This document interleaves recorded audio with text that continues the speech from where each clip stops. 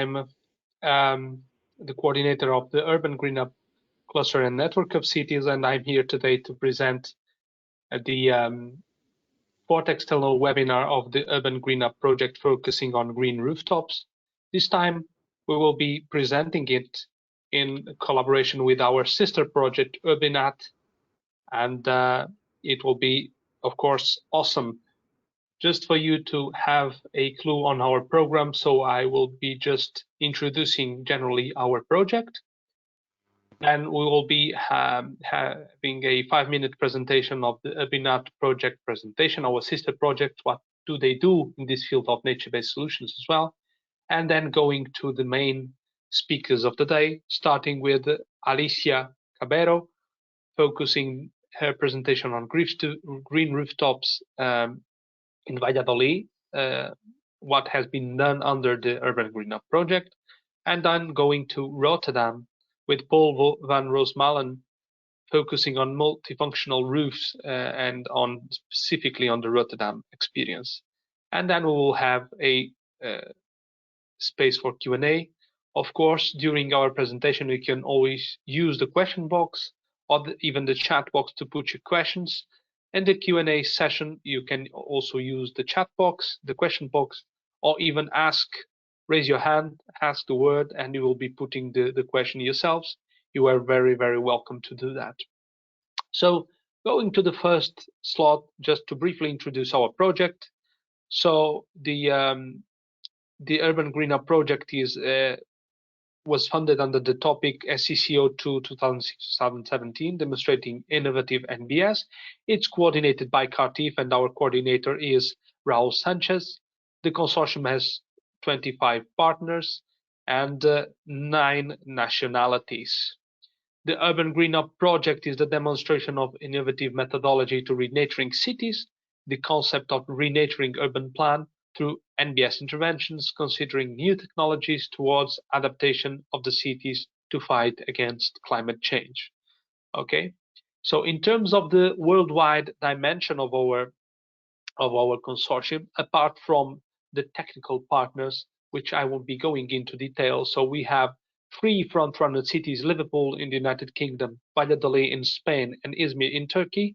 We have 2 European follower cities, Ludwigsburg in Germany and Mantova in Italy, and we have 3 non-European follower cities, Medellin in Colombia, Chengdu in China, and Binh in Vietnam.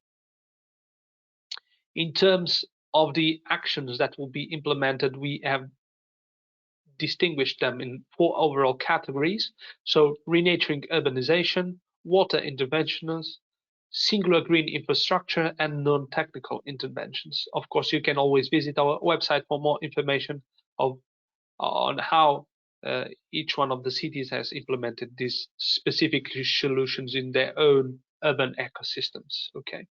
In terms of the impacts foreseen for our project, we have new global NBS markets, the creation of green jobs, decreasing awareness of the benefits of renaturing cities, enhancing stakeholder and citizen participation, fostering the creation of healthier and greener cities, increasing international cooperation, enhancing implementation of EU environmental policies, improving living conditions and biodiversity, and improving mobility conditions, green corridors associated, promoting use of bicycles.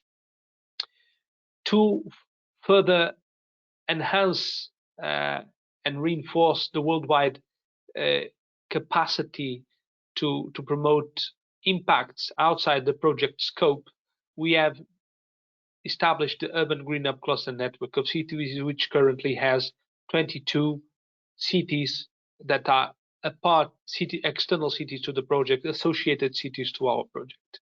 So we have cities such as Aalborg, Atieno, Bari, Bragança, Castelfranco Veneto, Esposende, Egividec, Ioannina, Kifisia, Kladno, Lviv, Monterosso Almo, Murcia, Oslo, Povo de Varzim, Praia, Santa Paula, São Paulo, the economic capital of Brazil, Tampere, Thessaloniki, Umea, and Victoria. So all of the cities interested in the outcomes of our project, all of the cities interested in taking part in implementing nature-based solutions, and how our cities can help them in doing this.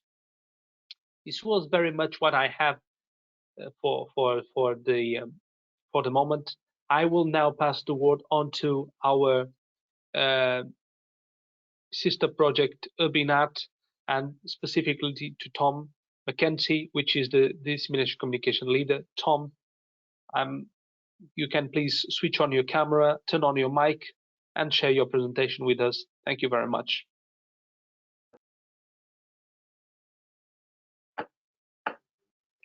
So, hello everybody. So I think I'm just going to do that, and I hope you can now, oops, if I do that, can you now see my... It's on. You can start, Tom. Screen. Thank you very much. Good. Thank you very much, Francisco. And hello everybody. And so my name is Tom Mackenzie, and I'm Head of Communication and Dissemination for the URBiNAT program, the URBiNAT project.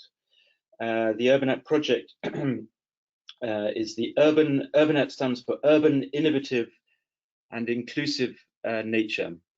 And just before I start, I have just a short presentation to make, but I would just like to say that we are always very grateful for these opportunities to take part in presentations with sister projects funded by the Horizon 2020 program, and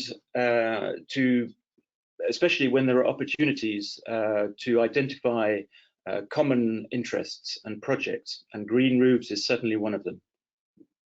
So I'm in charge of communication and dissemination for the URBiNAT project. So I'm not the green roofs expert. We have several of those in the consortium, but I will, in the next couple of minutes, go over just a couple of things that we are doing in this area.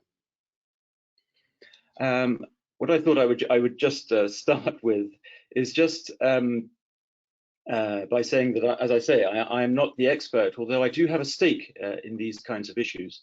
And I just thought I would show you a picture. This is where I live. I'm the organization that I work for, Items International, is based in Paris. And this is actually where I live, not very far from the offices.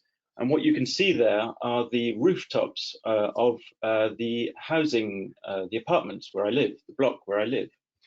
And as we speak, there is a project going ahead to green those roofs. And this is the objective that we have in the next year here in Paris. So it's a significant project. We have over 500 square meters of flat roof, which at the moment is causing lots of discomfort to the people who live in the upper floors of those buildings. And I hope to gain from my own project and perhaps from the URBAN GreenUP ideas about what we can do for the restoration, for the transformation of these roofs. So a word or two about URBiNAT. I won't dwell too much on the project because it would be nice to get to the solutions. But URBiNAT is a 5-year project that was launched in June of 2018 and which runs through to December of 2023. It's a project which, similarly to the URBAN GreenUP, we have 3 front-runner cities. So we have Porto in Portugal, we have Nantes in the west of France, in the Brittany region in the west of France, and we have Sofia, the capital of Bulgaria. As follower cities, they are followers in name only, because in fact they are doing very innovative things. We have Høje Taastrup, which is in the sort of suburb of Copenhagen in Denmark. We have Nova Gorica, which is on the border between Slovenia and Italy, and we have Siena in Italy, the historic town of Siena in Italy, and Brussels in Belgium. In addition to our network of cities, we also have a growing network of observer cities, around the world, in Brazil and China, Japan, Oman, and Iran. So there you can just see when our full consortium is made up of around 36 partners. So here is just to illustrate very quickly how our project is constructed. We have what our objective is to create what we call healthy corridors.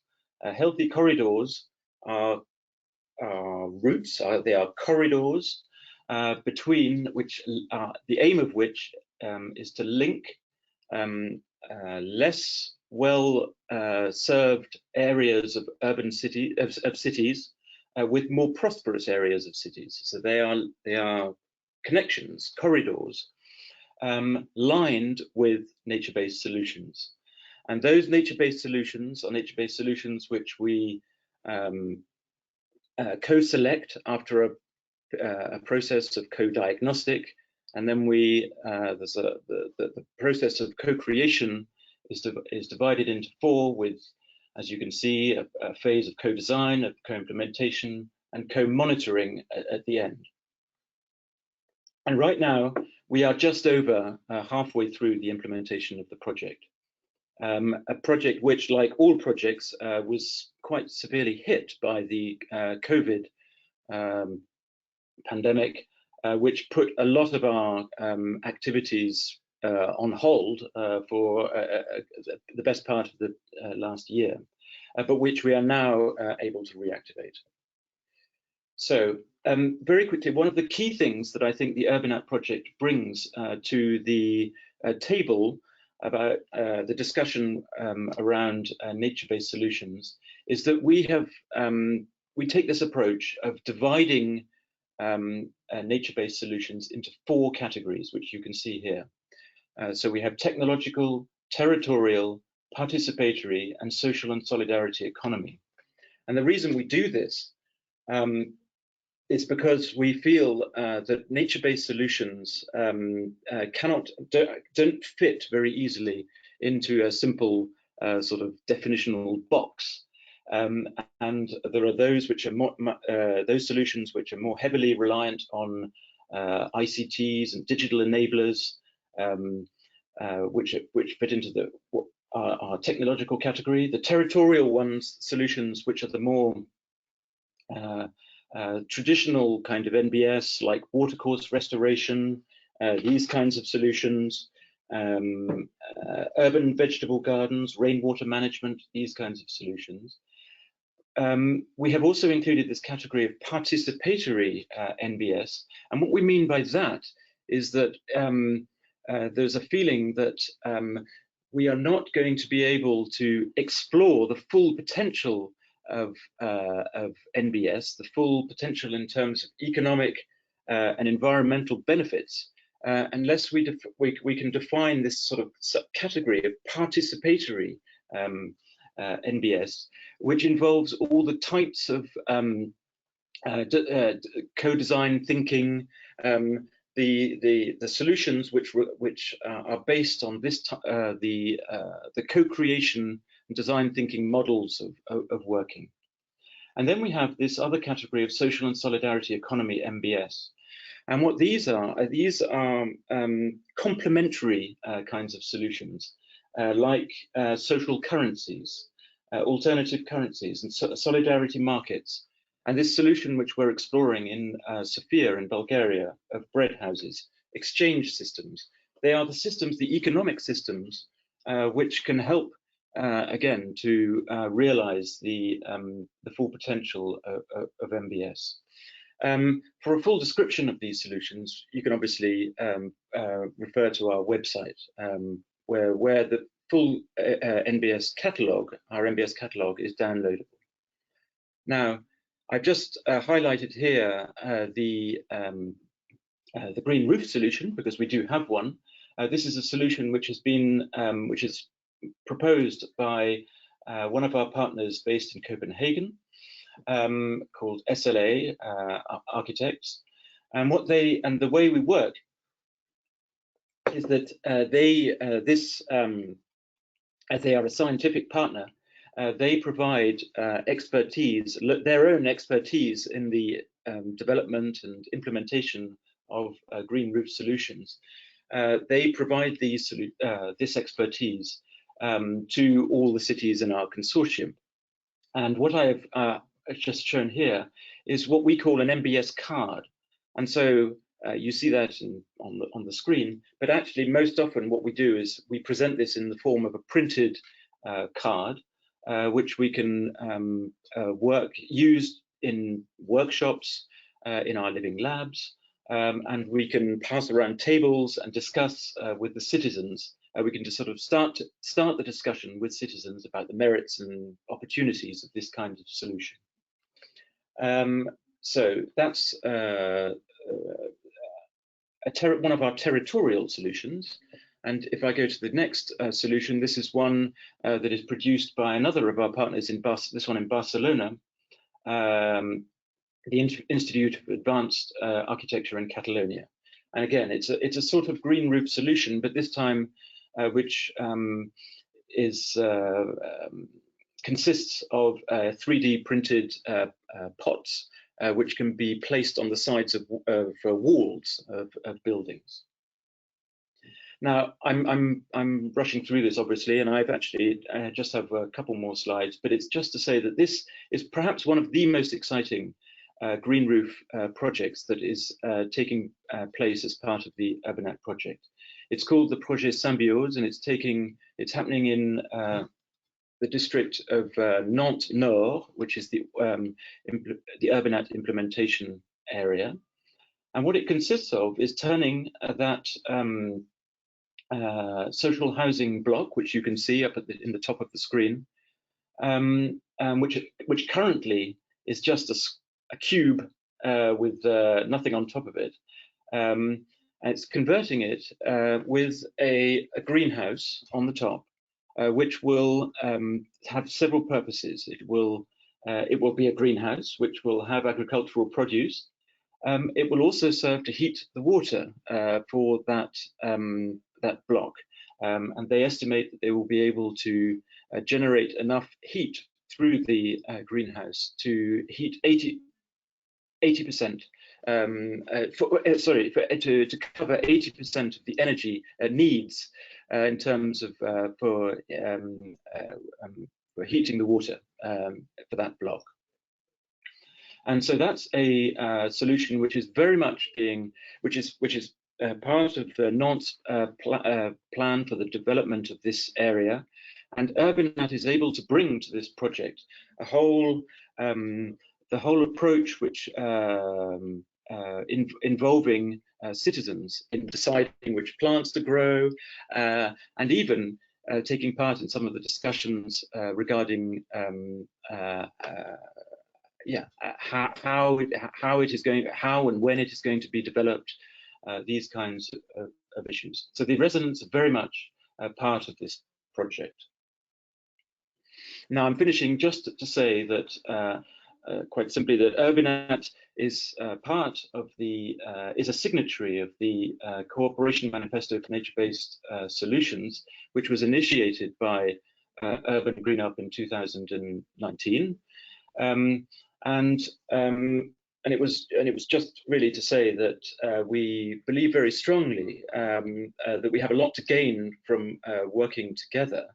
And we hope to use these kinds of opportunities. Webinars is one way of doing it, but actually opportunities to meet in person are obviously even better. And this particular initiative was a great way of getting different projects to work together. There I have provided a little more links to sources of information about the URBiNAT project, and that's all really that I have time for this morning. Thank you very much. Thank you very much, Tom. Very interesting solutions proposed by our sister project. Please do not forget to visit URBiNAT website for more information, and of course to contact Paul if any specific information is needed. Tom will be glad, I believe, to forward you to any relevant URBiNAT partner that can provide more information about this. So coming back to me, I'm now glad to pass the word on to Alicia, our first speaker of the day, focusing on green rooftops in Valladolid, the Urban GreenUP project. Briefly introducing Alicia. So, Alicia has an environmental science degree from the University of Salamanca and a master's degree in environmental management in business from the Polytechnic University of Madrid, with 15 years of experience in project management focused on environment, sustainability, GIS, waste management. She works as an innovation senior technician for the Valladolid City Council in the management of international nature-based solutions projects such as URBAN GreenUP, among others. So, Alicia, I'm very glad to pass the word on to you. Please switch on your camera, your mic, and go on. Thank you very much, Francisco. You should be watching my screen now. Just let me know if you don't see anything. Yes. Okay, thank you. You can start. Thank you. Okay, I am Alicia Villazán. I work for Valladolid City Council. Valladolid is a front-runner city in the Urban GreenUp project. I came today to show you 3 examples of 3 interventions that we have implemented in Valladolid under the Urban GreenUp project about the green roofs. Then I will give you the word at the end of the presentation to my colleague Patricia from the company Singular Green, that she will speak with us and she will explain to us some issues of the maintenance of these green roofs or green infrastructure. So, Valladolid City Council is a front-runner city in the Urban GreenUp project, as I mentioned. We are implementing 42 nature-based solutions in Valladolid, and I will explain you today 3 of them. So we are part of a very big consortium. In fact, only a few members of that consortium are directly working for our demo. So I'm very happy to share with you that we are not alone in this complicated road through nature-based solutions. So this is the first solution that I wanted to share with you. As you see, it's a green roof. In fact, it's a green covering, a green canopy, or sorry, a green coverage over 2 shelters, which are located in a very well-known place of our city of Valladolid. As you see, there is a daily market under these canopies and of fruits and vegetables. So this square, which is called Spain Square, Plaza España, has a lot of population and many citizens are around the square, and it's exactly in the city center. As you see in the photographs, the green area covers almost 500 square meters, and it's very light. This coverage is very light. It's covered with sedum species, and the coverage does not cover the whole shelters because of these shelters are quite old and they didn't resist the extra load of the whole coverage. So the company that made this design is Singular Green, which Patricia is a member of Singular Green, and she will speak to us. Singular Green has made the design, so they are architects, experts on this coverage, but also were the directors of the works. This coverage was finished last year. On February was completely finished, and you can see we see different colors depending on the time of the year. I wanted to share with you a few challenges that we had with this solution. The first of all was that the designed gutter was not wide enough, so the water was not perfectly recovered in the coverage. So we need to install a new gutter with extra cost, of course. And on the other hand, we are collecting the rainwater, and this rainwater pours into the floor in specific places along the square. So just close to these points where the water pours, there are some leaks and puddles of water, and we found some dissatisfaction with the daily fruit and vegetables market. So the people working in there are sometimes annoyed with this water that is in the square. The second green roof that I wanted to share with you is what we call the green roof of Urban GreenUP in Valladolid. It's installed in a municipal market named El Campillo, and it was fully implemented last year. I wanted to share this map because we make two different spaces of two different coverage in here. The type S, which has the typical organic mineral substrate, which can support many different types of vegetation, and it covers the most or the majority of the surface, almost 500 square meters.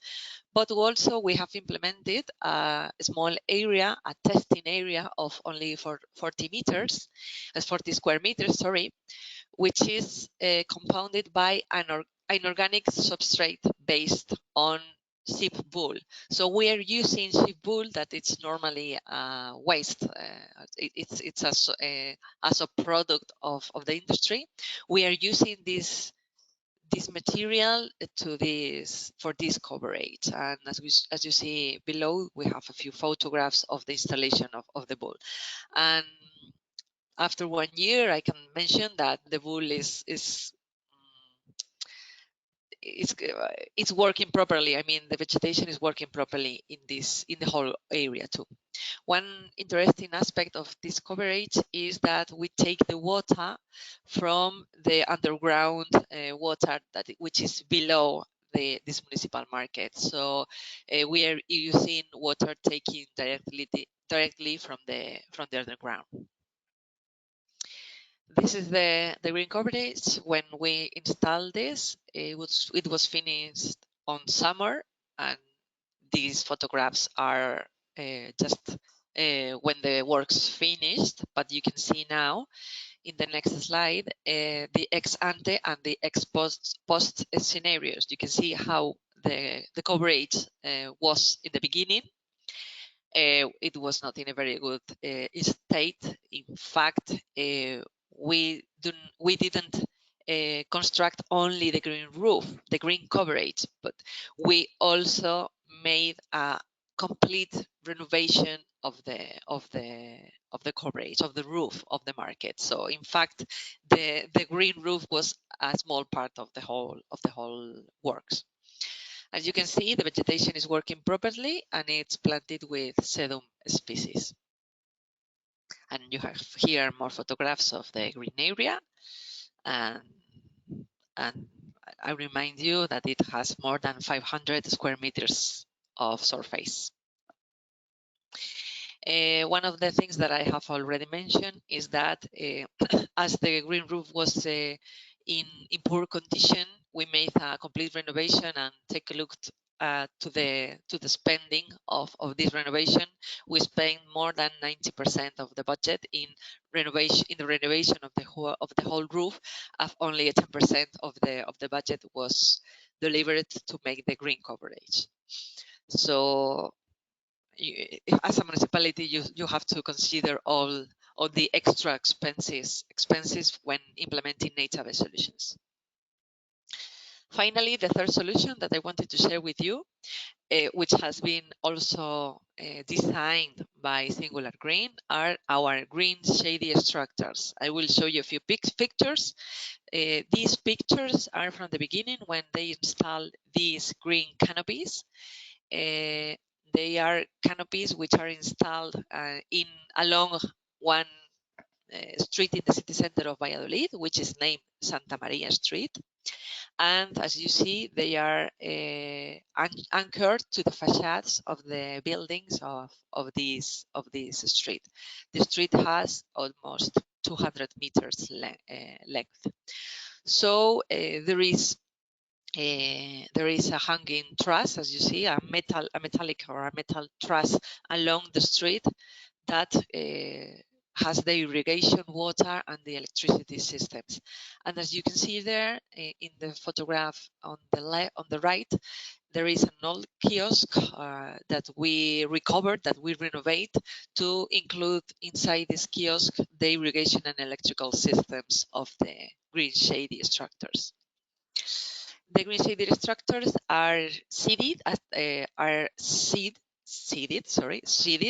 the top of the canopies, or in the top of the awnings. In total, the green area that we are creating in this street is 145 meters and has the benefits of providing shadow, increasing the biodiversity, but also increasing the economic activity of the street. That it's a street and in the city center, very well located, but the commercial activity has decreased a lot during the last years, even due to the COVID situation and the COVID crisis.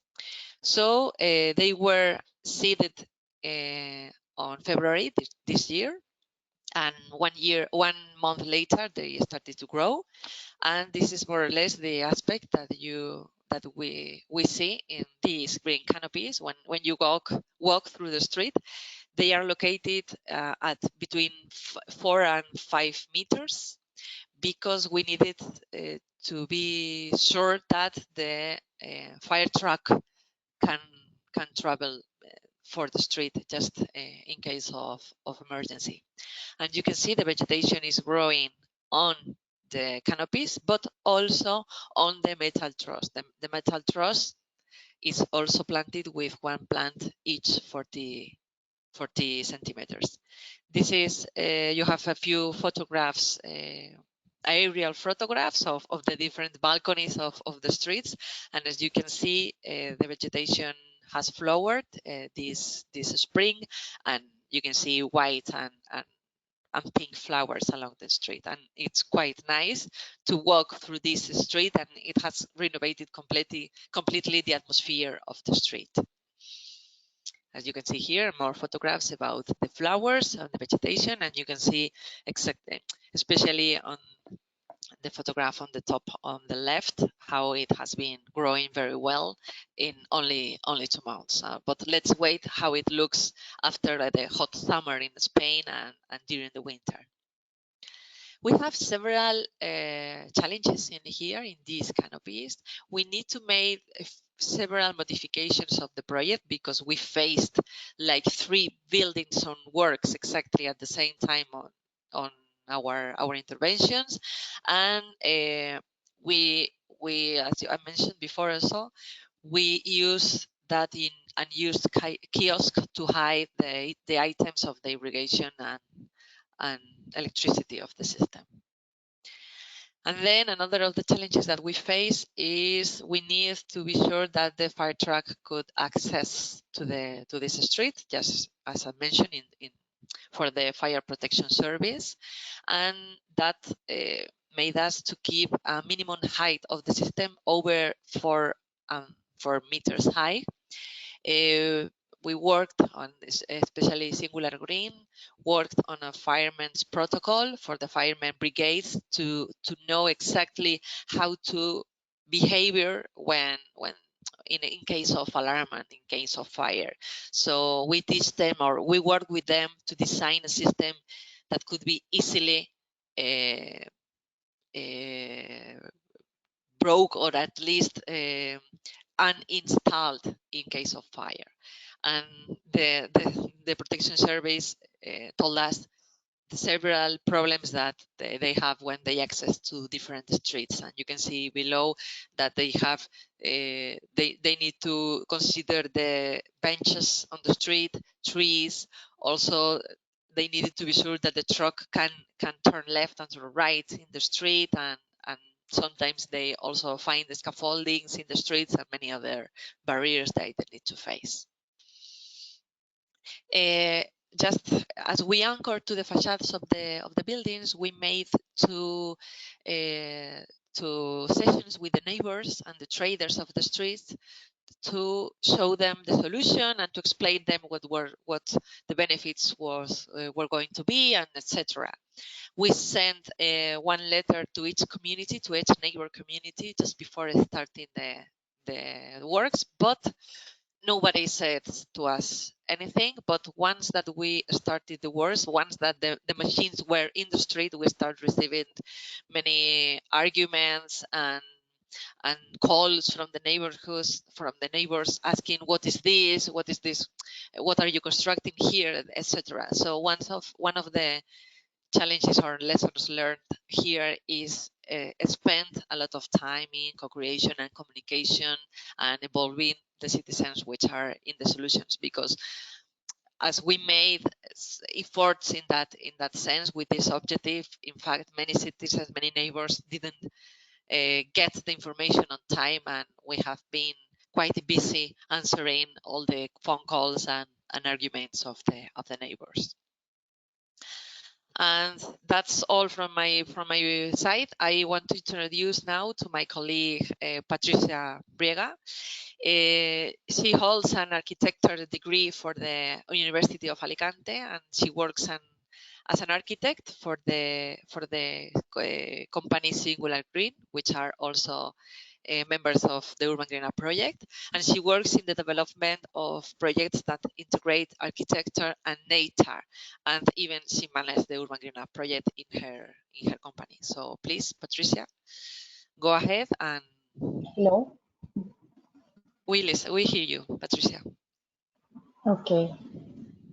So you can the next slide.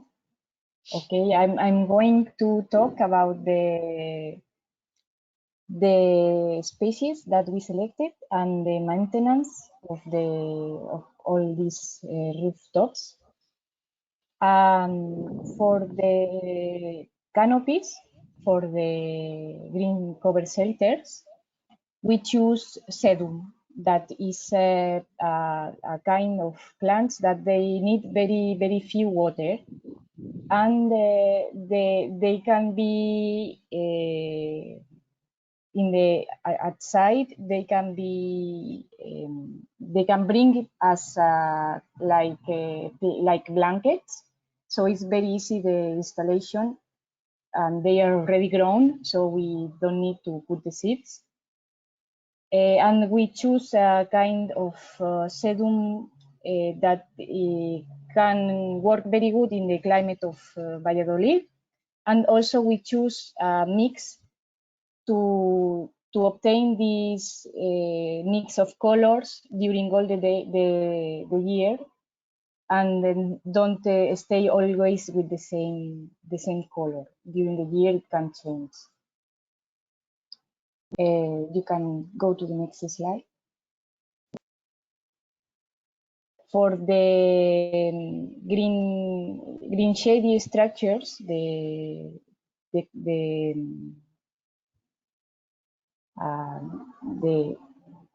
canopies, we had the condition that they have to be seeded. So for this system, our leaf skin system, we have already done several tests, and we know that the species that we have choose, they work with this system, and we also choose species that have flower. So the same like before, during the year, we can see different colors. And also we choose for the truss the kind of growing plants, not also seeded, that they can be planted. So we choose these other species. Okay, for the next slide. Regarding the maintenance, our company when we have big installations, we used to install a remote control system that is very useful, because in case that there is any problem, for example, the water is not coming or electricity is gone, we receive an email. So if we see that something is happening, even if we are not the ones in charge of the maintenance, we can call the person and tell them, please check because the electricity is gone, or please check because there is too much water. And it's very good because we don't need to be there, but we can know the situation of the installation. And here you can see approximately the cost of the maintenance. You can change to the next slide. Oh, I didn't say anything, but go back, sorry. But we also, there is a continuous like plan for maintenance. Every month, visual inspection, cleaning of the drainage or the drainage systems, and checking how is the fertilizer. And once per year or two per year, we have to make a good maintenance of all the watering system, the filters, the valves, everything. Okay, now you can change. For the green coverage, also is very similar to the green roof, sorry, is similar to the previous one. And for the green shade structures, we also install our remote control. And you can change to the next.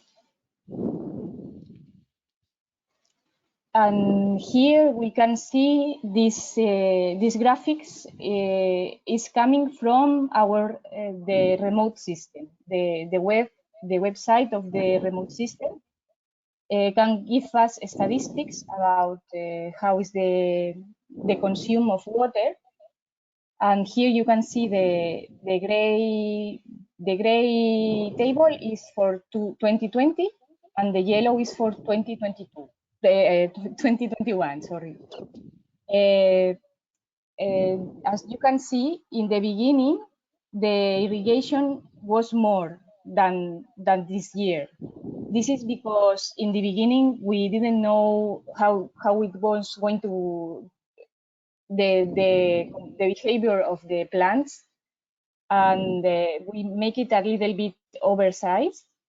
And we make these calculations based on the.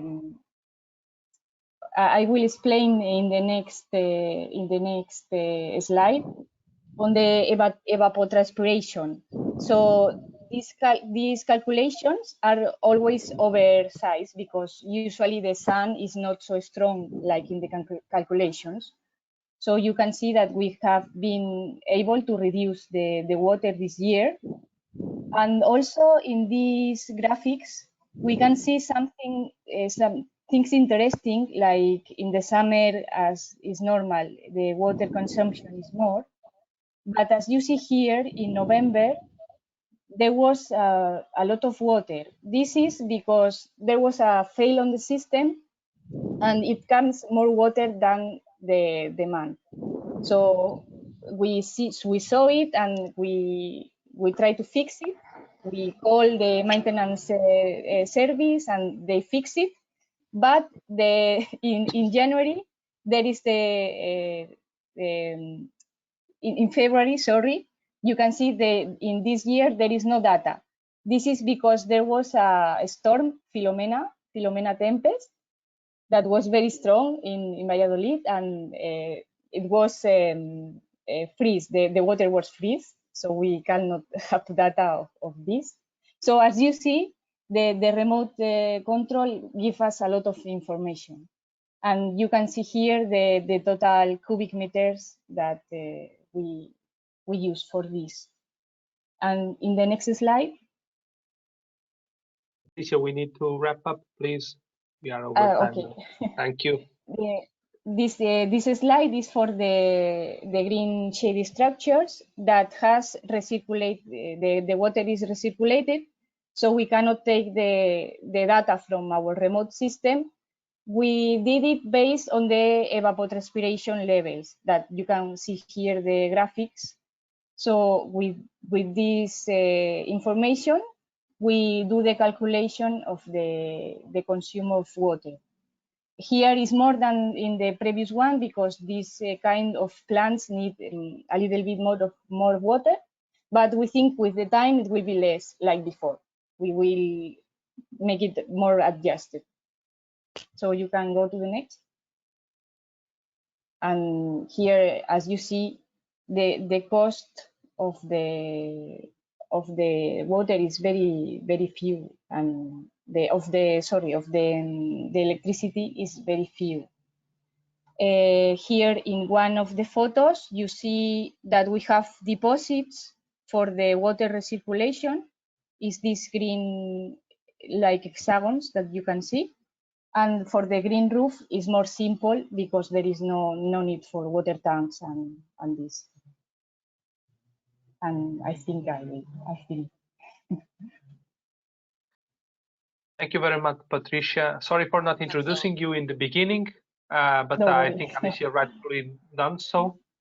It was very useful, your presentation, also to see that the selection of species is of course very important, not only in terms of the performance of the NBS, but also in terms of the water consumption. And also, of course, you need to have the right equipment to maintain the whole thing. So thank you very much. It was, I believe, very, very useful. I saw that we will also have already some questions on our chat box. So please, if you have questions, please keep doing them. Do not worry. After Paul's presentation, which comes next, we will open the Q&A session, and you can put the questions yourselves. So thank you very much, Alicia and Patricia. You can switch off your cameras and turn off your mics. I will come back to you, I'm sure, in the Q&A part. So back to my screen. Hope everyone can see it. So I'm now passing the word on to Paul Van Roosmalen from the Municipality of Rotterdam, which will talk about multifunctional rooftops and focusing on the Rotterdam experience. Paul is currently working as a program manager for the Department of Sustainability at the Municipality of Rotterdam in Netherlands. His work focuses on rooftops, as is the program manager of the Rotterdam Rooftops program, in which they approach rooftops as additional space in the city to accommodate a wide variety of functions. It is called multifunctional rooftop development. For the last decade, he has worked at the Municipality of Rotterdam construction projects, ranging from schools to parking garages, from green roofs to European tenders, from boulder walls to multifunctional accommodations, from skate parks to restoration projects, and from wagon sheds to municipal office buildings. So a lot of things for Paul to bring to us.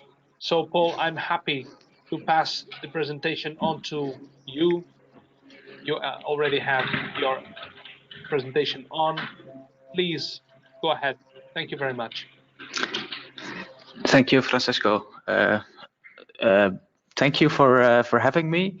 I will take you up onto the roof in Rotterdam, and I will share with you our experience, as it's nicely called in this presentation, of what we've been doing as a city.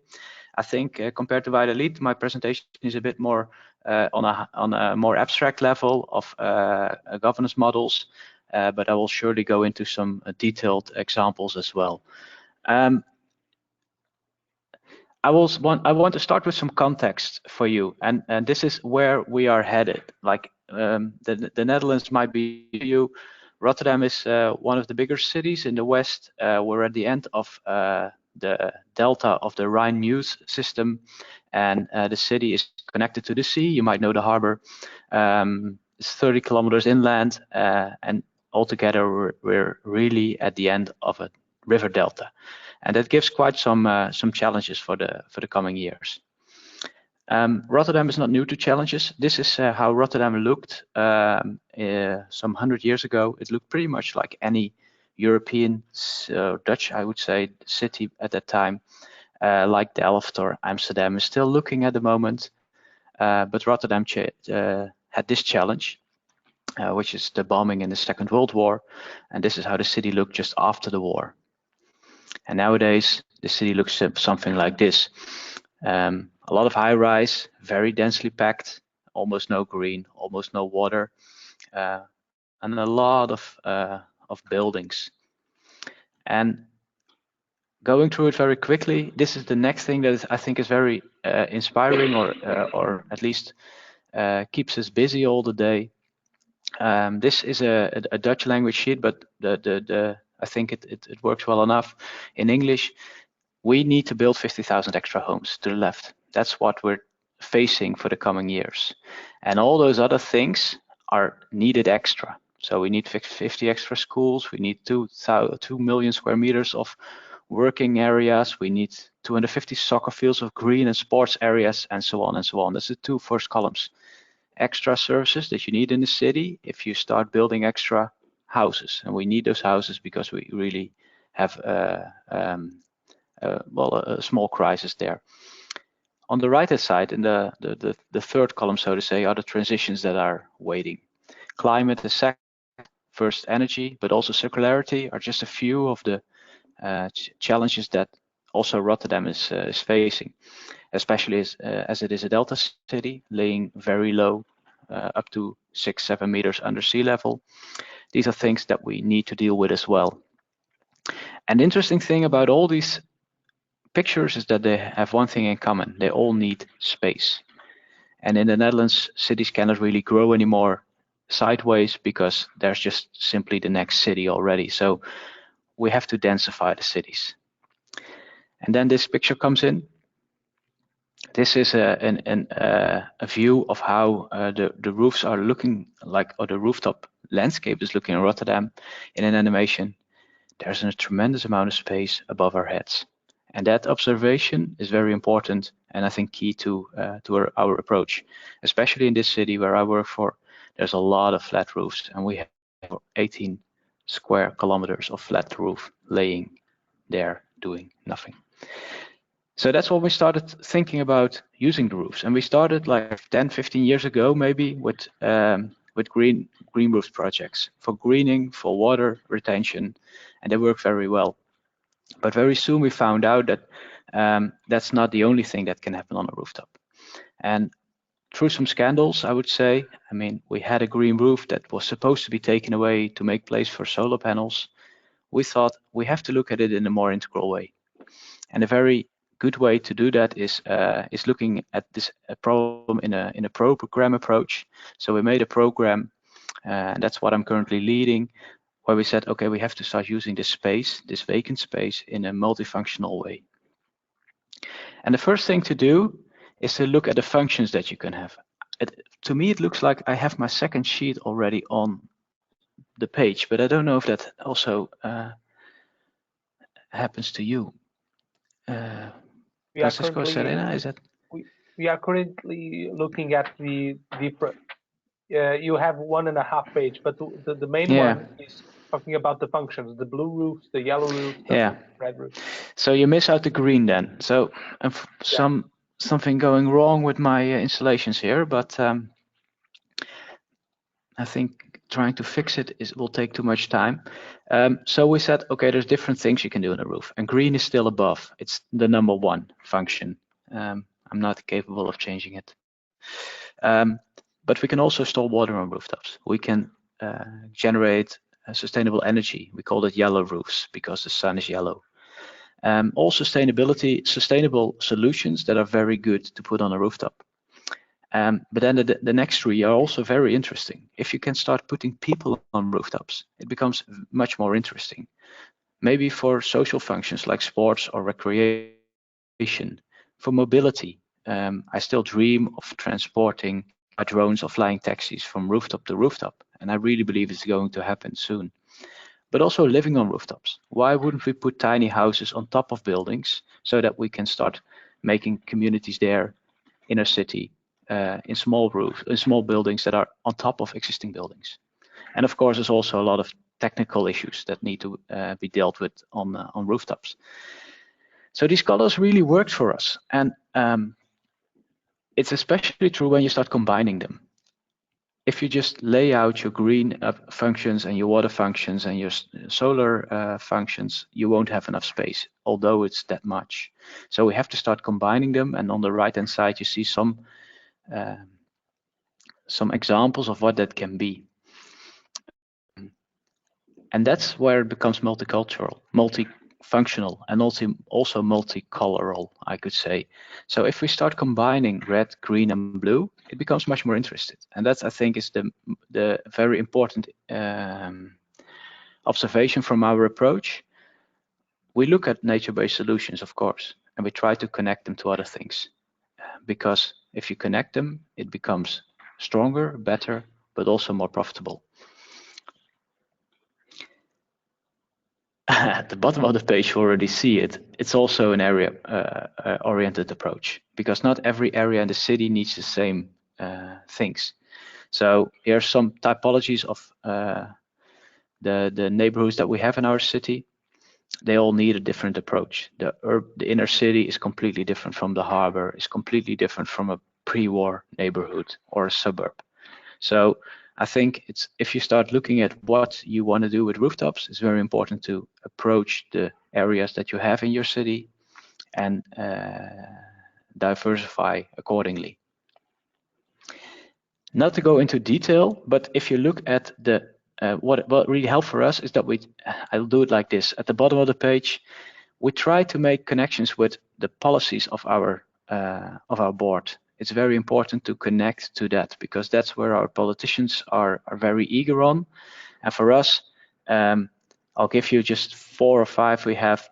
It's not important what they are, but we found 5 ways of connecting to the priorities of our current board by looking at rooftops. For example, we want to increase the amount of buildings that are flood risk proof, and roofs can help to get there. So I think it's another lesson from our story. If you connect it to your politicians' favorites or goals, it helps you to get some traction in the organization. And that's also true for the next slide. It's connectable to a lot of different issues: greening, mobility, environmental law, air quality, you name it. Rooftops can play a role in that, and I think making this connection is very important to get things done. The last thing that we did when it comes to our governance model is that we found different pillars. We found a way to look at our actions in a way that we diversify our roles, because they're not always the same. I and my colleagues, of course, we work for a municipality, but we have different roles to play. And here's the first 3. You'll get them like this then. They're very roles, informing people on what they can do, stimulating the players in the city, the economic players like companies, but also giving the right examples, giving the examples to the people. And I think they are all 3 very important, as are the next 4. We have to develop policy. The network is very important to make these things happen. We will not maybe do the innovation ourselves. I really liked Valladolid's sheep wool as the basis for a green roof. I never heard of that, but we try to stimulate experiments. And last but not least, we try to influence lawmaking on higher levels. So on the Dutch national level, but also if we can on the European level, we try to use our influence by telling what we think should be adjusted there.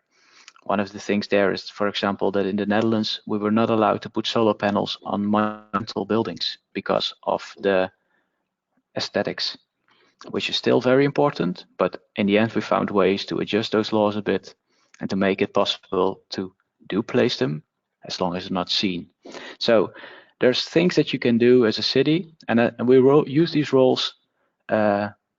We mix them up. So we constantly find new ways to look at things and take different roles. So the sequence of the roles vary, but also the roles that we do take vary. And that makes that we have a tremendous amount of projects or trajectories, I like to call them often, that we're working on.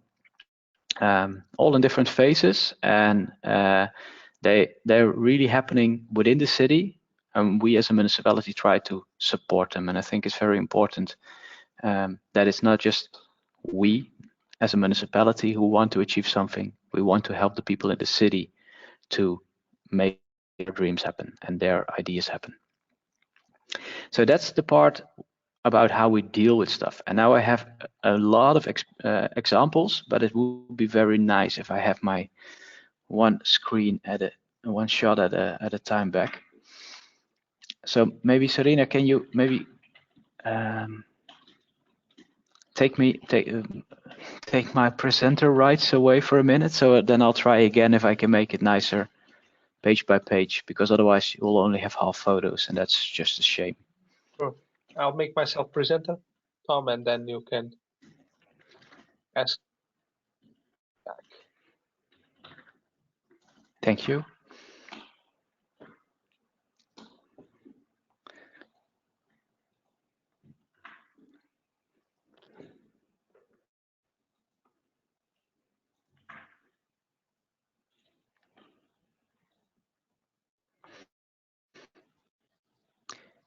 And maybe try to make me a presenter again, then I'll try to load it one more time, just to see if that happens or works. There you go. Please.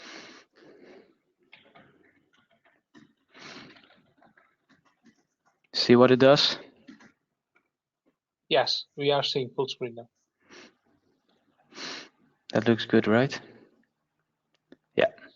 Okay, sorry for this guy. Yeah, it goes off. It's just simply off. The page is not the same. Uh-huh. You see? Anyway. So, what is wise to do?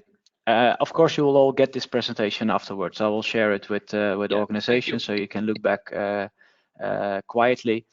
I think I'll just talk through it. I think that's the best. One of the things that we really try to do is to inform people. And what we found out, especially for the last 2 years, is that it's a very wise thing to have online stories. So we made an assortment of interviews just with people who do stuff on their roofs. Why are you doing this? What made you go up there? And it's just not just us, it's also architects and city planners and people that want to become a farmer on the rooftop and everything else. We just hear their stories, and they're very interesting, and you can just see them online. I have the links to those videos included in the last page, so you can find them easily. We make books. We don't make them. We help people making their books. So the Rotterdam Rooftops book is a coffee table book about examples that we already have. It's over 200 pages of great examples of things that are already happening on the rooftop. It's still for sale, and it's a great book to see what is possible there. This one is really new, and I'm really proud of it. With the Rotterdam-based architectural office MVRDV, we made this rooftop catalog, and they said, okay, but let's not look at what is there already, but let's look at what is possible. They identified over 130 options of what you could do with rooftops. And the best part for me is all things that are sustainable and nature-based, isolating, greening, water storage, energy production, that's just the standard. That should happen anyway. And if you then start building on that with whatever crazy ideas those architects have, you come to very interesting ideas. They're now in the book, and the book is available as well. It's brand new, it's 2 weeks old. It's very intriguing to go through, very inspiring. We have a lot of examples, and I will not show them here because it's just not very easy to show with a split screen. But what happens is that we have a lot of projects in the city, very often with multiple functions. So I gave you the icons, and each time they're a bit different, but they're all very inspiring. This is maybe my favorite, the Erasmus Medical Center. It's a rooftop garden on the 8th or 10th floor of a hospital, and it's meant as a healing environment. So they put nature on the roof with a reason that in the end people will leave the hospital sooner when they can recover in a green environment. That's their belief, and they're testing it here. So patients can go here with hospital beds and all to recover in the green outside. And as you see in the photo, it's also used as a recreation space for the employees. This has what we're leading to all the time is that we have to look at the business case of these things. And the business case of this place is very interesting, because if you look at the healthcare that is not spent, the healthcare expenses that are not there because people leave the hospital one day earlier, then it becomes very interesting to start investing in these kind of nature-based solutions. So that's what the hospital did. And a lot of the experiences that we have is that if you start looking at these kind of calculation models and financing models, then it becomes very interesting to start combining the, let's say, green and blue functions, the nature functions, with places to use functions for people, because they make money or make value in a certain way. And there's just one that I want to really go through. You see beautiful pictures. Next time you come to see them in our city yourself, hopefully. But what I want to share with you before I stop, because there's way too many examples, is this one. In our European project called Live at Urban Roofs, we made an instrument which is called a social cost benefit analysis. Because it's very complicated to see the value of these nature-based solutions. What are they worth? But you can really calculate on that. And all these aspects that are shown here can be put into money. We did that with the help of two companies, Arcadis and CE Delft, and they two work together to make a tool. And you see at the bottom, you see one of the fields that you have to fill in. It's a simple Excel tool, but in the end, you will be able to tell you the system what you are planning to do, and it will help you by, let's see if I get that new, oh bollocks. Now that one falls really in the middle, and in the end it will show you the business case, financial, economically. What do you have to put in money? What will it cost? And what will it gain? For example, solar energy you can sell, or other things that you can really make money on. But it also shows you what the value of these investments is, and what they're worth really in euros. And that we call a social cost benefit analysis. So that really helps to start seeing the value of these things, and also start communicating about it with investors or other parties that are involved. For example, you see the BREEAM logo here. It's one of the sustainability labels in use. We also calculated how much BREEAM points you can get if you do these kind of things. And then it becomes very much more interesting for investors or building owners to also invest in these kind of issues, or solutions, better said. I think this is the main example that I wanted to share with you. There are so many more that is very interesting to see. Maybe I should stop with this one. I miss half. I don't know what's happening here, but half my sheets are not there anymore. So I'll go to the end. Hopefully that one is there. Yeah. These are all links.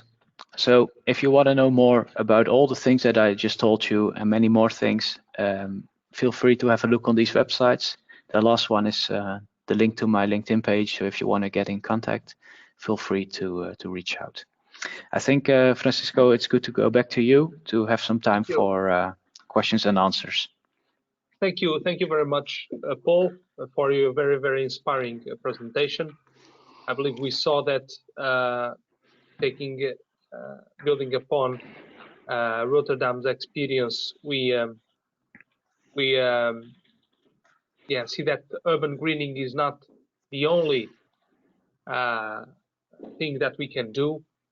There are a number of other functions that the rooftops can play, and Paul has shown us a bit what it can be done. Of course, we had this bug, but this presentation will be made available for you, as well as the own recording. Already have some questions that our attendees were putting during your presentations, guys. So I will just go by order, and we have a question for each one of the speakers, Tom included. So if that's okay. So Tom, the question for you is, what is the status of the glass house roof project in Nantes, and when do you expect it to be producing crops and energy? This one goes for Tom. Then to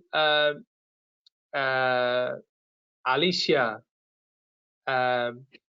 Marco Acri did not understand how you make the soil of the canopies and how you provide water to them. And finally, to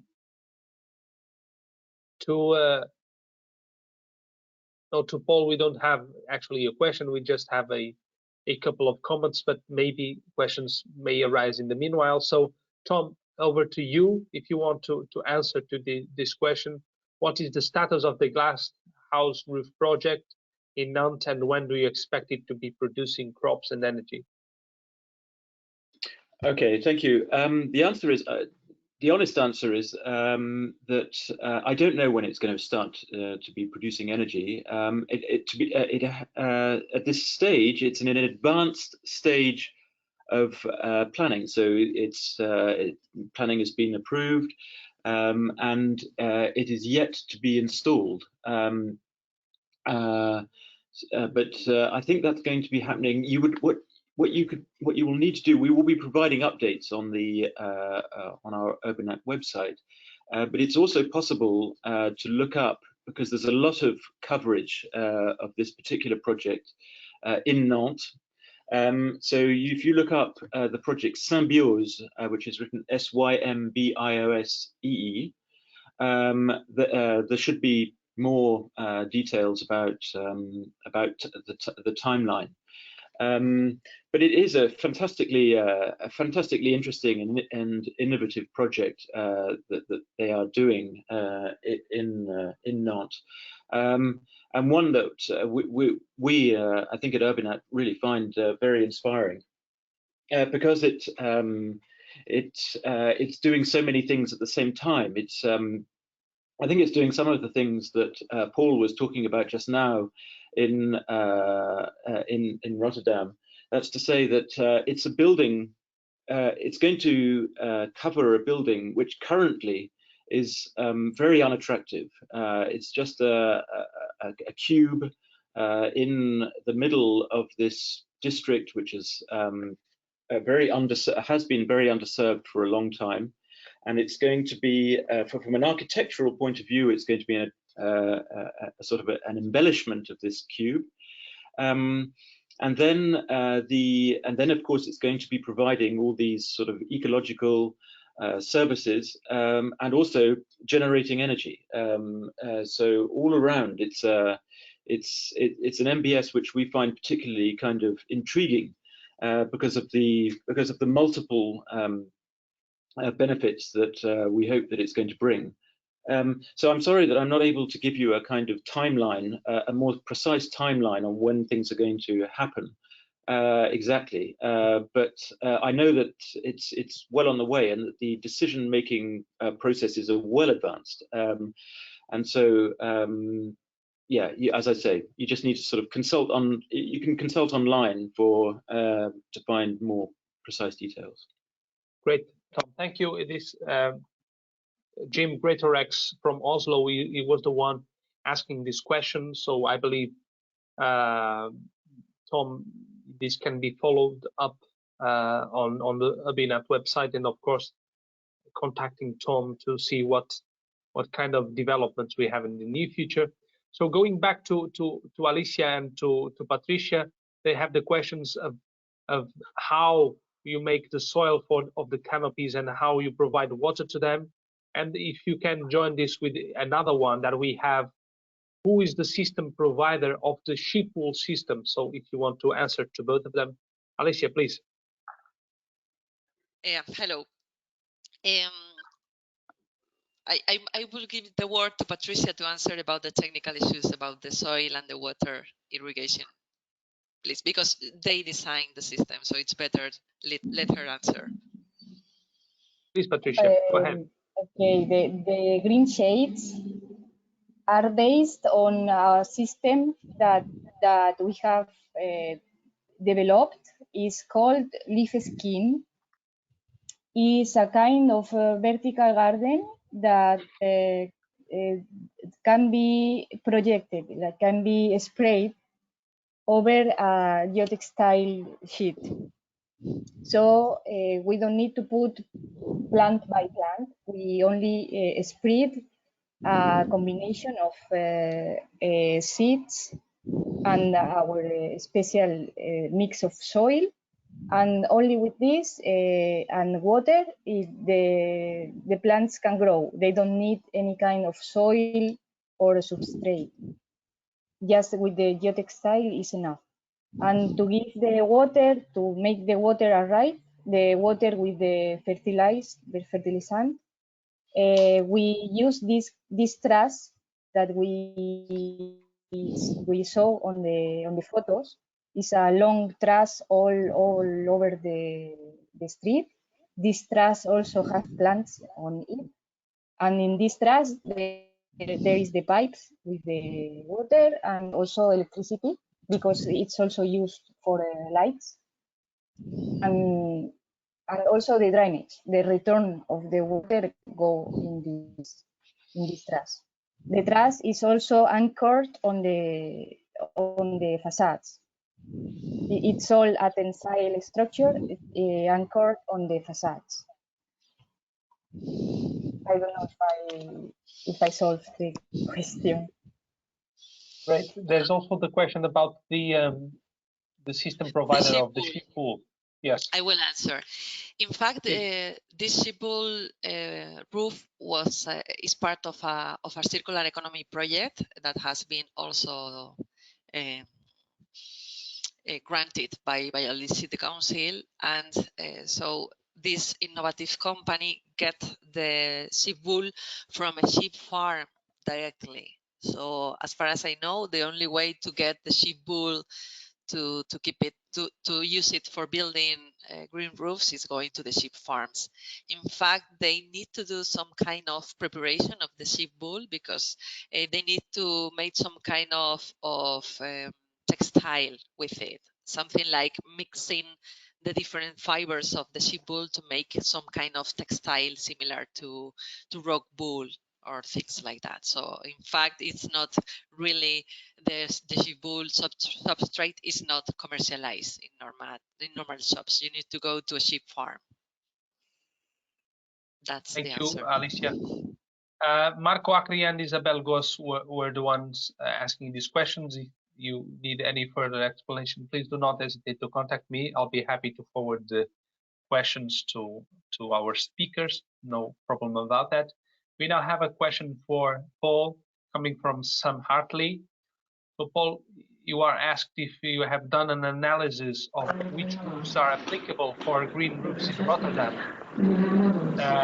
Sam Hartley says that the Ignition project has done that through satellite imagery currently in the Greater Manchester area and the United Kingdom. So if you want to answer this, please go ahead. Yeah, that's a very interesting point that Sam is bringing up, because we did that, but we're not finished because it's really complicated to do it well. And there's quite a variety of companies and projects that are doing this at the moment, and we're already capable of using these data sets. One of the examples that I couldn't show is about that, to show where green roofs are and where solar panels are installed.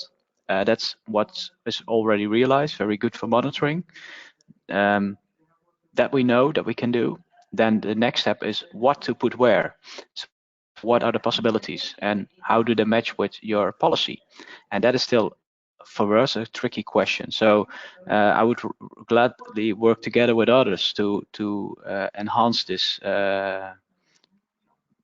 technology, basically, because I strongly believe that we need data solutions for that. It's way too complicated to do it with one mind, with one set of hands. We tried that as well, just to color in a map of what we would want where, but we find that it takes way too much time to do all the buildings and all the neighborhoods in the city. And for sure, AI, machine learning, and that kind of tooling will help us do that. So yeah, we're also working on that, and I would be happy to share experiences there, because we're also doing these kind of things not on our own. We're working together with other cities to see if we can build these kind of systems in a better way. And in the links, there's one example of a Dutch, Rotterdam-based actually company called Sobold, and they've already made quite a comprehensive model for Rotterdam when it comes to realization and potential of both green roofs and solar panels. And of course, we want more. We also want all our other colors in there. Paul, thank you for your reply. I hope Sam is happy too. Otherwise, please do not hesitate to contact me, Sam, for any further explanation that you might see as needed. Again, for Alicia and Patricia, someone, Elena Goicolea, is asking a question again on how canopies are irrigated, but also if you found any inconveniences with reducing solar irradiation on the street and buildings. This is an interesting question. So Alicia, if you want to answer, please go ahead. In the meanwhile, please continue putting your question in the chat box, or if you want to put it yourselves, just raise your hand and I'll pass the word on to you. In the meanwhile, Alicia, please go ahead. Sorry, can you repeat the question? Because you mentioned, did you mean only the green canopies or the whole green roofs? What was the question about? No, Elena was asking about how the canopies are irrigated. That's one question. And if you found any inconveniences with reducing solar irradiation on the street and buildings. I don't know what to answer to that, to the solar inconveniences about the solar irradiation. Well, in fact, the green canopies, we install them into a street, which has not a lot of direct sun. So in fact, provided some neighbors were disappointed by the fact of that they thought that the canopies were going to take the light, the sunlight that they receive. But in fact, we could demonstrate that the whole surface that the canopies cover related to the total of the street is small. I mean, we are only covering more than 100 square meters with this green canopy. So the space available between the different canopies is enough to let the sun also go in, especially during winter. And in fact, I cannot give you a better answer. I don't know if Patricia can add something about the solar irradiation. No, I think as you said, the sun that we take is good in the way that you can walk in the street without having direct sun, and is to make the walk more comfort or more. And I think it's only for a few time in the day that the buildings don't have sun in this moment. So yeah, maybe if I'm living there, I can complain, because, but also you have the benefits of biodiversity and the benefits of fresh air, more clean air. So I think that the advantage is more. Yes, the economic benefits that the green canopies have brought to the street that I mentioned, that was it has been in Valladolid the street that has lost more commerces, more shops during the few years. So it has lost the 30% of the commerces that has been closed. So in fact, what we expect with this intervention also are the social and economic benefits of the nature-based solutions.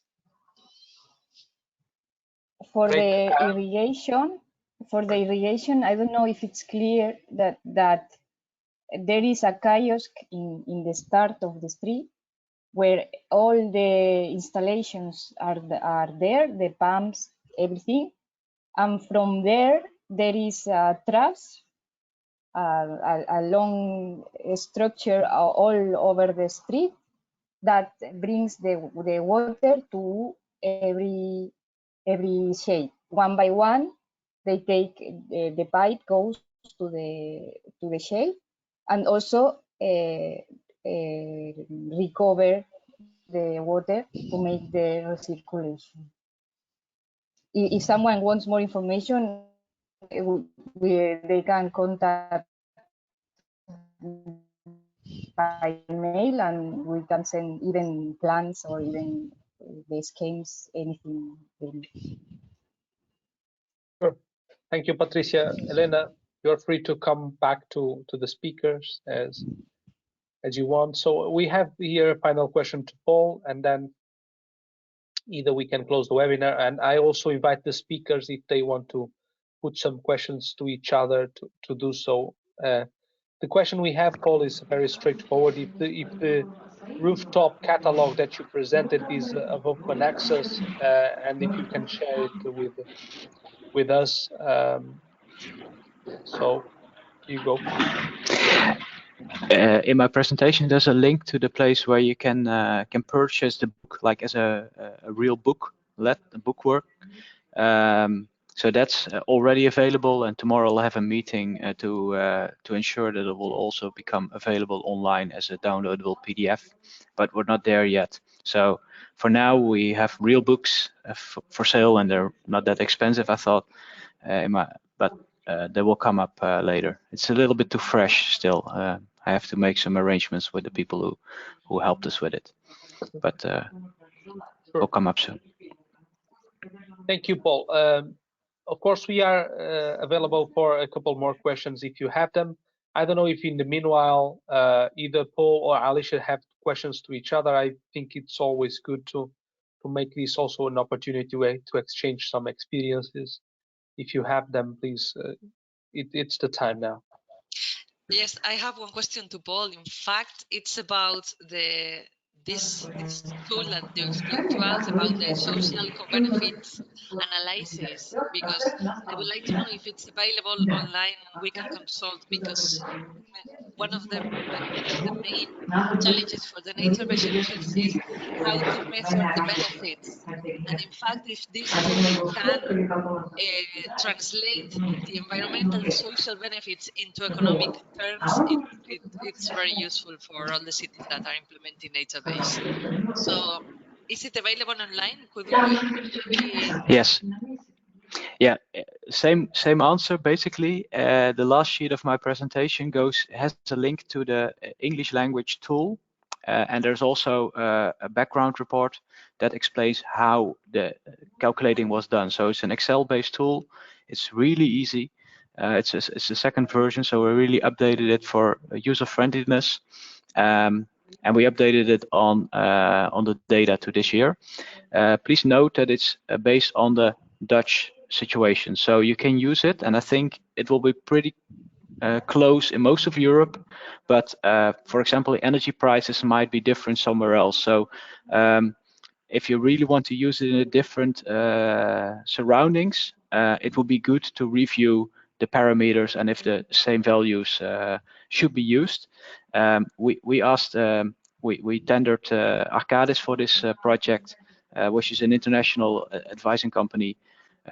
If you want, I can contact you to them. I cannot imagine that they don't have an office in your country, wherever you are.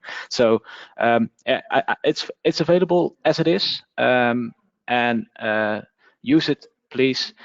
What I really love about it, Alicia, is that it only takes 15 minutes to install all the data of your project and get a first result. And the second thing I really love is that you can very easily make variations or different options. So you can try to start with only solar panels and see what it does, and then you do half solar, half green and see what it does, or all green, or start to use it as a terrace or whatever you want. So I'm really happy with it, and I hope you can use it as well. But it's online available, downloadable, no problem. Okay, I expect that so many people in here will be also interested. to this new tool. So thank you. Actually, as this is also a European based project, the same works with us. We have a Live at Urban Roofs project, which is in the LIFE scheme, and this is really the most important and main product that we produced within that project. Of course, we also installed things really on rooftops, but it's so nice that we have something now that we can share with you and others, and that everybody can work with to see how it works in their situation. Thank you. Great. I don't know if on the other way around. Oh, sorry. Please. I have another question for him also. Sure. Between the benefits of the multifunctional roofs that you are installing, I didn't understand in which way they contribute to mobility. I understand to energy, greening, the social benefits, etc. But in which way you mean that they contribute to mobility? So in Rotterdam, we have such a landscape of flat roofs that we really think about connecting them by bridges, by stairways from the ground floor up, and maybe connecting them such that you will have a second layer in the city where you would have a more quiet. There won't be cars, there won't be bikes. You would walk there, you would sit there or rest there. And it could also have some commercial value. That would be the place where you have a terrace maybe. And that's really not new. We did a research, a trainee of ours did, and there's tons of cities in the world that have rooftops that are really spaces to use. In Europe, but also in Africa and Asia, it's amazing to see what is there. That's one way. The second way is that I really believe that new technology, like drones and flying taxis, they will really come. And if they come to the city, they will land on the rooftops, as a helicopter now lands on the rooftop of a hospital. And if that really goes through, then the access point to your building will not be in the ground floor anymore. It will be up in the sky. And if you think about that, that would completely put upside down the whole way that we use buildings. You come in above and not below. So it's not there yet, and it might take 10 years, but we're already thinking of the implications that it would have, and if we would like it, and where we would like it. And I can really imagine that the delivery of small packages and stuff like that could really be done by drones much more, a lot better and a lot user-friendly, but also more sustainable when you use drones instead of cars, machine, trucks to drive those things into the city. So it's not specifically there yet. We're thinking about it, and hopefully next year. We missed out a chance this year with our Eurovision Song Contest. It was a big project plan, but it couldn't happen because of the COVID crisis. Next year, a rooftop walk. Hopefully, we can really walk this route over the rooftops connected by bridges. It's being planned, but please come and really physically walk that route then, instead of having this also nice digital exchange. Thank you. For me, it looks like future, like going back to the future. I mean, it's something that it's hard to understand. Not the drones, but connecting the roofs with bridges. Well, at least for a city like Valladolid, we don't have many horizontal roofs, so it will be, I think, yeah, almost. I understand that, and yeah, and I think you shouldn't copy, but you should always translate, right? Everything that we hear from each other, you cannot directly put it into action. You have to see in your own situation what works, and this might not work for you, but other things might. I think the heat and the shade problem is totally different in the south of Europe as it is at the current times in the places where we are. So we always have to adjust those things. My colleagues that are working with the heat stress problem really loved your idea of combining shade and vegetation. So they might come back for that to Valladolid. And I think that's the way these kind of things work, that you share experiences and then see if you can translate them to your own situation. Yeah, nice. Thank you very much for sharing your experience with us. And thank you for your sheep. I liked it a lot. It sticks in my head. Circular economy everywhere. Great, guys. I don't know if on the other way around there's any other question. We are also over the time now, and perhaps it's now time to take the opportunity to thank all of the speakers, all of the attendees for being there for our external webinar focusing on green rooftops. It was really a pleasure having you here. We will keep you posted as the recording of our session and also the presentations used by our speakers will be made available. You are, of course, very much free to contact us back and to put any further questions and any further clarifications, doubts that you might have. And I believe that building upon the goodwill of our speakers, they will provide any further information that you might want. So we were very, very pleased. I'm looking forward to go back to Valladolid and to visit Rotterdam for the first time to see it for myself. And once again, thank you very much to all of you, and we will be in touch. So thank you, guys. Bye-bye. Thank you all. Bye.